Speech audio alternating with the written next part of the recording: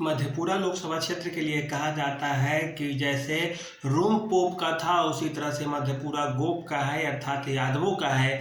जबकि यादव की वहाँ पे इतनी संख्या नहीं है कि इसे गोप का पूरा क्षेत्र कहा जा सकता है, या कहा जाए तो अच्छा लगेगा। यहाँ के जाति समीकरण की बात करें आप तो यादव बड़ी संख्या में है यहाँ पे, लेकिन इतनी भी नहीं है कि अकेले ये अपने दम पे किसी के सीट को निकलवा दे। इस क्षेत्र में यादवों की बात करें तो यादव यहाँ पे केवल 3.5 लाख के आसपास ही हैं, लेकिन इससे ज़्यादा यादव अन्य क्षेत्रों में हैं, लेकिन उन्हें नहीं कहा जाता। क्यों? इस पे आप जब बात करेंगे, गौर करेंगे तो देखेंगे कि यह जो क्षेत्र रहा है लगभग 1967-68 से ही यादवों का यहाँ पे बोलबाला रहा है। और यहाँ पे सारी जातियों की हम आपको यहाँ पे संख्या बताएंगे अभी तुरंत।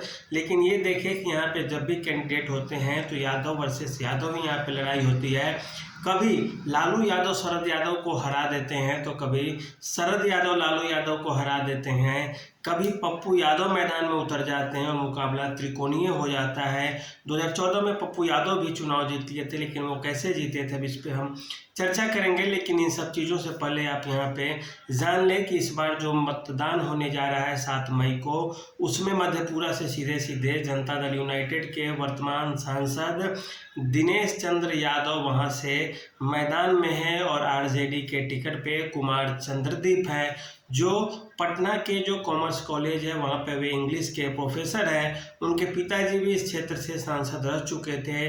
क्या उनका कुमार रमेंद्र करके कुछ नाम था, वो थे। तो इस आधार पे आरजेडी ने उन्हें टिकट दिया, और वे भी यादव जाति से हैं। दिनेश चंद्र यादव भी यादव जाति से है, जदयू के टिकट पे चुनाव लड़ रहे हैं, और इससे पहले भी वही 2019 में जीत किए थे और जीत लिए थे। और इस तरह से आप यहाँ पे जातीय समीकरण की बात करें तो यहाँ पे यह सही बात है कि यादव 3.5 से 4 लाख की संख्या में है। उसके बाद जो मुसलमान हैं वो भी 2 लाख के करीब है इस मधेपुरा लोकसभा क्षेत्र में।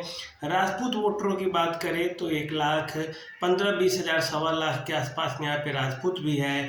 ब्राह्मण वोटर राजपूतों से ज़्यादा है, जिनकी संख्या लगभग 1.5 से 2 लाख बताई जाती है ब्राह्मणों की संख्या मधेपुरा में।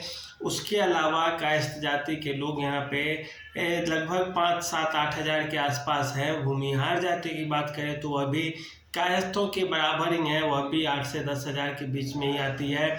जो कुर्मी कोयरी जाति है उनकी संख्या यहाँ पे 1.25 लाख से 1.5 लाख के बीच कही जाती है। इसके अलावा बात करें तो मंडल जाति के लोग भी यहाँ पे लगभग 60 हज़ार, 50-60 हज़ार के आसपास हैं, और थोड़ी बहुत अन्य जातियाँ भी छोटी छोटी हैं यहाँ पे। तो आप कुल मिलाकर देखें तो इस मधेपुरा लोकसभा में 6 विधानसभा क्षेत्र आते हैं। इस 6 में से जब आप सुनेंगे तो आपको चौंकना होगा कि इस 6 विधानसभा होने के बावजूद यहाँ पे यादव बहुल क्षेत्र है, लेकिन जो राजद के जो विधायक हैं वो केवल यहाँ पे एक है। 4 विधानसभा पे जदयू का कब्जा है मधेपुरा के, और एक पे भाजपा का कब्जा है, और एक पे राजद का कब्जा है। तो कुल मिलाकर देखें तो 5 विधानसभा क्षेत्रों में एनडीए अर्थात नीतीश कुमार और भाजपा की पार्टी का यहाँ पे दबदबा है और कब्जा है विधानसभा में, और राजद केवल 1 सीटों पे है। इसका मतलब है कि राजद से उतना लगाव इस क्षेत्र के मतदाता नहीं रखते हैं जितना जदयू से रखते हैं। और पप्पू यादव इस क्षेत्र के अच्छे खासे और जाने माने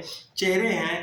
पप्पू यादव का जैसे ही पूर्णिया से टिकट कटता है, मधेपुरा से भी टिकट कटता है, लोगों के भी संदेश जाता है कि यह राजद के कारण ही ऐसा हुआ है। और इस कारण इस क्षेत्र के जो लोग हैं पप्पू यादव के न होने के कारण इस बात की बहुत संभावना है कि वे सारे के सारे जदयू की तरफ वोट कर देंगे, क्योंकि उधर से भी दिनेश चंद्र यादव जो मैदान में है वो इससे पहले सहरसा से भी जीते हुए हैं और अच्छे खासे नेता समझे जाते हैं। जदयू उन पर विश्वास किया, इस कारण हो सकता है जदयू की तरफ वहाँ पे रुझान हो जाए। ऐसी स्थिति में मधेपुरा से राजद को इतनी चुनौती मिलने वाली है जिसका कि किसी को अंदाज़ा नहीं होगा। दिनेश चंद्र यादव की बात करें तो पिछले लोकसभा चुनाव में 2019 में भी उनके सामने जो प्रत्याशी थे उन्हें भारी मतों के अंतर से उन्होंने हराया था, क्योंकि दिनेश चंद्र यादव को अकेले 54% मत मिला था। और इससे आप देखें तो इसका मतलब है कि लड़ाई में कोई था ही नहीं, क्योंकि जो विरोध में थे उन्हें 30-32% ही मत मिले थे। और इसके अलावा 2014 की बात करें, 2014 में जो पप्पू यादव इस क्षेत्र से जीत गए थे उसमें उनकी बड़ी काबिलियत नहीं थी, बल्कि यह थी समीकरण ऐसा बना उस समय, क्योंकि जदयू भी चुनाव लड़ रही थी, वहाँ से भाजपा भी चुनाव लड़ रही थी, राजद भी चुनाव लड़ रही थी, और पप्पू यादव भी चुनाव के मैदान में थे।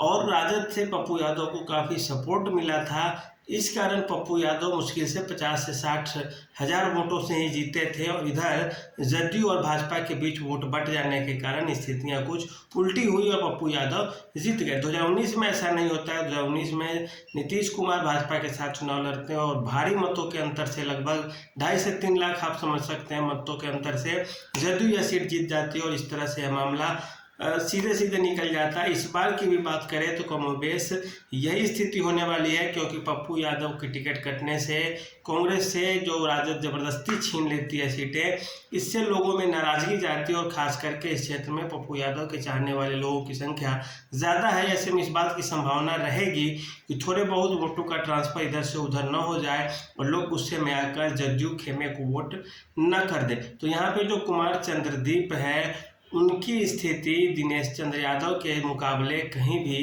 कम है, क्योंकि इनकी पार्टी भी छोटी है, क्षेत्रीय पार्टी है। दिनेश चंद्र यादव की जो पार्टी है वो बड़ी पार्टी है, उनके सर पर भी हाथ बड़ी पार्टियों का है, क्योंकि भाजपा जैसी बड़ी पार्टियां सहयोगी है जदयू की। ऐसी स्थिति में कुछ भी करना काफ़ी मुश्किल होगा, लेकिन यह तो जरूर है कि समीकरण चाहे कुछ भी हो, लेकिन इस सीट पे आरजेडी के मुकाबले जनता दल यूनाइटेड काफ़ी मजबूत दिख रही है। तो आज के लिए इतना ही, धन्यवाद।